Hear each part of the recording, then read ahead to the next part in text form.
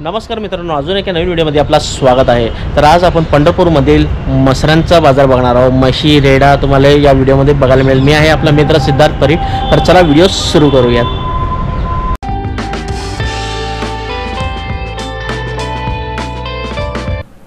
तर मित्रांनो, इथं पाहू शकता कार्तिक एकादशी निमित्त जमलेले काही शेतकरी बांधव वाखरीमध्ये जमले आहेत। वाखरीचा हा बाजार आहे जनावरांचा। तर इथंच म्हशींचं तुम्हाला ह्या सगळ्या व्हिडिओमध्ये म्हशी रेडे वगैरे पाहायला मिळतील। तर मित्रांनो, कार्तिक एकादशीच्या वेळेस इथं कमीत कमी 5-6 दिवसासाठी हा बाजार भरलेला असतो। तर हे पहिला बाजार जो आहे नवीन बसस्थानक जवळ भरत होता, पण काही कारणानिमित्त हा जो मार्केट आहे तो शिफ्ट झाला आहे वाखरीला। तर वाखरीला येण्या जाण्याची सोय नाही आहे, तर तुम्हाला एकतर आपल्या स्वतःच्या खाजगी वाहनाने यावं लागेल किंवा मग तुम्हाला रिक्षासाठी जास्त पैसे देऊन यावे लागतील। मग काही लोकांनी टीम बनवून 5-6 जण असं करून रिक्षा घेतली आणि इकडे पोचलेत 200-250 रुपयामध्ये। तर प्रत्येकी मला येताना 30 रुपये ह्या हिशोबाने लागलेला होता।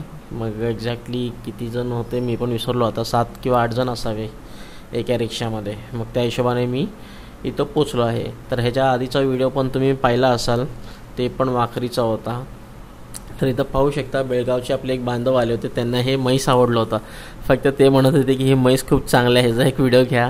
मला काही जास्त बोलता येणार नाही, मी कन्नडी आहे म्हटलं कन्नडमध्ये बोला। मग ते कन्नडमध्ये थोडीशी आपली माहिती दिली। मग त्यातून मला समजलं की हे त्यांचं नाही आहे, पण त्यांना आवडलं होतं। तर ते खरेदी करायची इच्छा होती त्यांचं। मग त्यांचं चाललं होतं काय काय, मग ते त्यांच्याशी थोडेसे गप्पा मारले।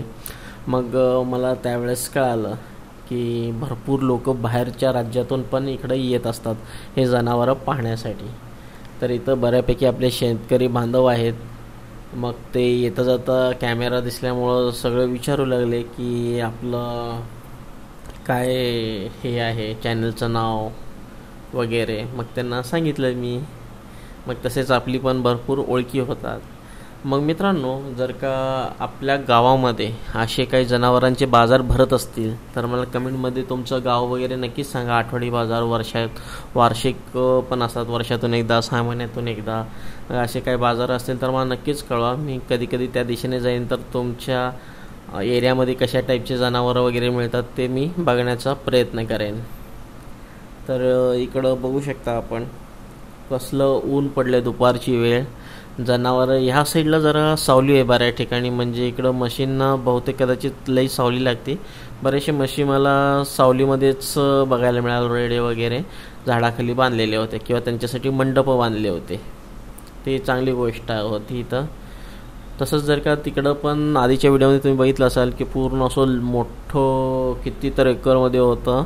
मग त्यांना त्यांनी हे करत होते, इथे एक डील चालली होती मस्त। सगळे लोक खरेदी विक्री करण्यासाठी आले होते। काही लोक माझ्यासारखे फक्त शौकीन बघण्यासाठी, त्यांना काय नॉलेज नाही, जसं की मला काही यातलं नॉलेज नाही आहे। फक्त मला जनावरं बघायला आवडतात, पाळायला पण आवडतात नाही असं नाही, पण त्यांचं मी व्यवस्थित काळजी घेऊ नाही शकणार हे मला माहीत आहे। म्हणून मी जे जमतं तेच पाळतो किंवा हे करतो। तर हे मोठे जनावरं तर मी शक्यतो नाही पाळत। कधी पुढं जाऊन जर का मला शेती वगैरे मिळाली तर मी नक्कीच ट्राय करेन हे जनावरं माझ्या पण शेतात ठेवण्याचा। पण आता फक्त सध्या आवड म्हणून मी हे फिरत असतो। तर हे जे तुम्ही म्हैस रेडे वगैरे बघतायत ह्यांच्यावरती कलाकृती पण केलेली आहेत, म्हणजे अंगावरती मस्त केस कटिंग केलेले आहेत डिझाईन मार्फत। तुम्हाला काही व्हिडिओमध्ये कुठं ना कुठं ते बघायला मिळेलच। मग इथं पण लहान मोठे जनावरं सगळ्या प्रकारचे होते। ह्यामध्ये काही म्हशी 10 लिटर दूध देते, काही 5 लिटर देत आहे, काही 8 लिटर देत आहे, त्यांच्या वयाच्या अनुसार किंवा जातीप्रमाणे। काही जास्तच देणारे पण इथं उपलब्ध होते। मग इथं पण बऱ्यापैकी डिस्टर्बन्स होता व्हॉईसचा, म्हणजे आजूबाजूच्या स्पीकरचे आवाज खूप येत होते। म्हणून इथं पण करण्याची असं माहिती घ्यायला मला जमलेलं नाही आहे, पण जेवढं काय मी तुम्हाला दाखवू शकतो आहे जनावरांना यामध्ये दाखवत आहे। इथं कमीत कमी जे मसरं तुम्ही बघताय इथं कमीत कमी 2,500 ते 3,000 असतील।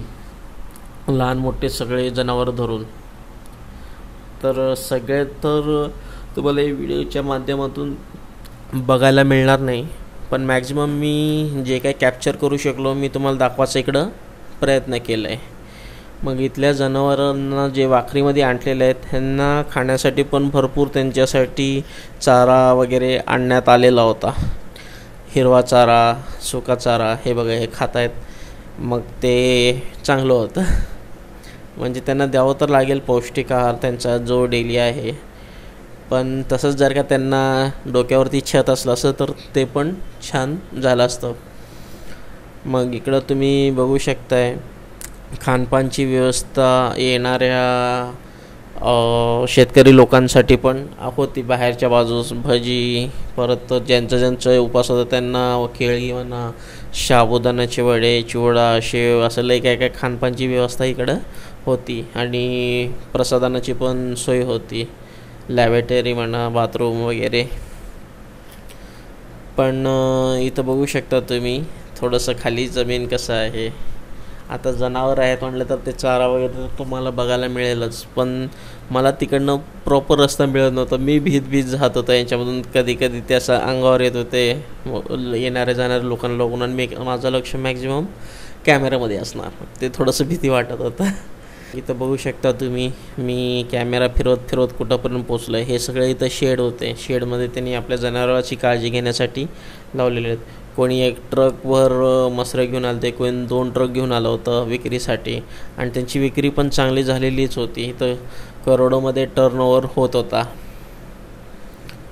तर इथं तुम्ही तुमच्या गावातले पण काही लोक तुम्हाला दिसले असतील. जर का तुम्ही व्हिडिओमध्ये पाहत असाल तर हे व्हिडिओ त्यांना नक्कीच पोचवा. आणि आपल्या चॅनलमार्फत तुम्हाला पुढं पण भरपूर काही व्हिडिओज वगैरे बघायला मिळतील. ते शेतीविषयक पण असू शकतात, ट्रॅक्टर असू शकते, ट्रॅक्टरच्या बाबतीत म्हणा, रोटावेटर, हे सगळ्या गोष्टी, परत कृषीचे एक्झिबिशन, हे सगळे येतील. अजून जर का आपल्याला कुठल्या कृषी एक्झिबिशनबद्दल माहिती असेल तर मला नक्कीच सांगा. मी तिकडं पोचून आपल्यासाठी व्हिडिओ बनवू शकतो. प्रयत्न करेन की मी त्यांचं प्रॉपर माहिती घेऊ.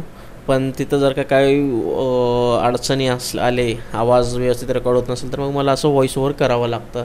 जर का माहिती मिळेल तर तुमच्यासाठी चांगलीच असते ती गोष्ट. आणि तसं पण बिना माहितीचं तुम्ही काही खरेदी करत नाहीत, मला पण माहिती आहे. हे व्हिडिओ बघून तुम्ही डायरेक्ट खरेदी नाही करणार. जाऊन चांगलं आहे का नाही ते जनावर चेक तर करणारच आहेत, मला माहीत आहे. म्हणून मी काही जास्त हे नाही घेतला. मग जेवढे पण जनावरं आले ते तेवढे दाखवायचा प्रयत्न केला आहे मी आपल्यासाठी. त्यांचे पण मस्त असं सजवलेले तुम्ही पाहू शकता. मोराची पीस वगैरे कशी लावले शिंगांनावरती, हे असे बघताना पण खूप छान वाटतात. आणि सगळ्यांचे शिंग म्हणजे भगव्या कलरमध्ये जे रंगवलेले होते ते तर खूप छान वाटत आहेत. तुम्ही बघू शकताय सगळ्या मशीनचे भगव्या कलरचे असे रंग दिलेले आहेत. आता इथं बघा कसं चेहऱ्यावरती त्यांनी कटिंग केलेलं आहे व्यवस्थित.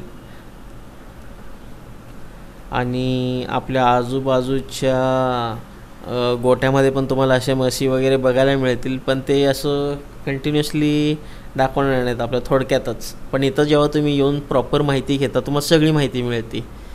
आता इथं बघा चेहऱ्यावरती कटिंग वगैरे केलेलं दिसतंय कुठं ना कुठं. काही भाविक जे आलेले असतात दर्शनासाठी ते पण इकडे येतात ना, मग त्यांच्यासाठी खानपानसाठी शेंगा, मिठाचे म्हणा, हे उपलब्ध होते तिथं खाण्यासाठी. म्हणजे त्यांची पण सोय होती चांगली बऱ्यापैकी. आणि इकडं आधुनिक लोक म्हणजे आता जी शेती करत नाहीत ते पण लोक जास्त येत असतात बघण्यासाठी पशु. इथं म्हशींचे लहान पिल्लू पण झालेले 1-2 ठिकाणी मी बघितलेले आहेत. नुकतंच जन्मलेले होते. बघा हे चेष्टा मस्करी अशी चालू होती, ह्याला दाखवा व्हिडिओमध्ये असं चालू होतं. आता मी जे काही बोलतो आहे आणि व्हिडिओमध्ये काय दिसतं आहे ते जरा पुढं मागं पण होऊ शकतं आहे, कारण की हे सिंक्रोनाइज होत नाही.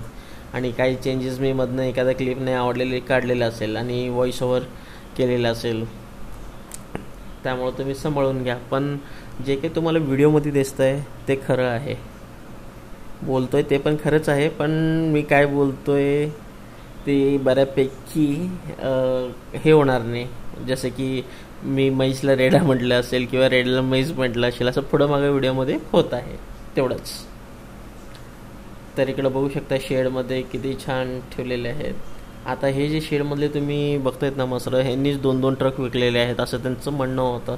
त्यांच्याशी मी चर्चा केली होती. इथं बघू शकता तुम्ही कटिंग केलेले वगैरे छोटे बछडे हे सगळं बघायला मिळत आहेत.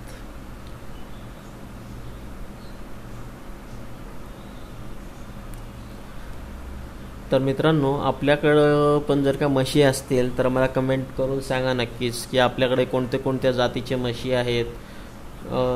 काही लोक पंजाबवरनं घेऊन येतात, काही इंदोरवरनं आणतात, काही दक्षिण भारतातून घेऊन येतात. असे वेगवेगळ्या जातीचे म्हशी वेगवेगळ्या ठिकाणी येऊन घेऊन आलेले असतात.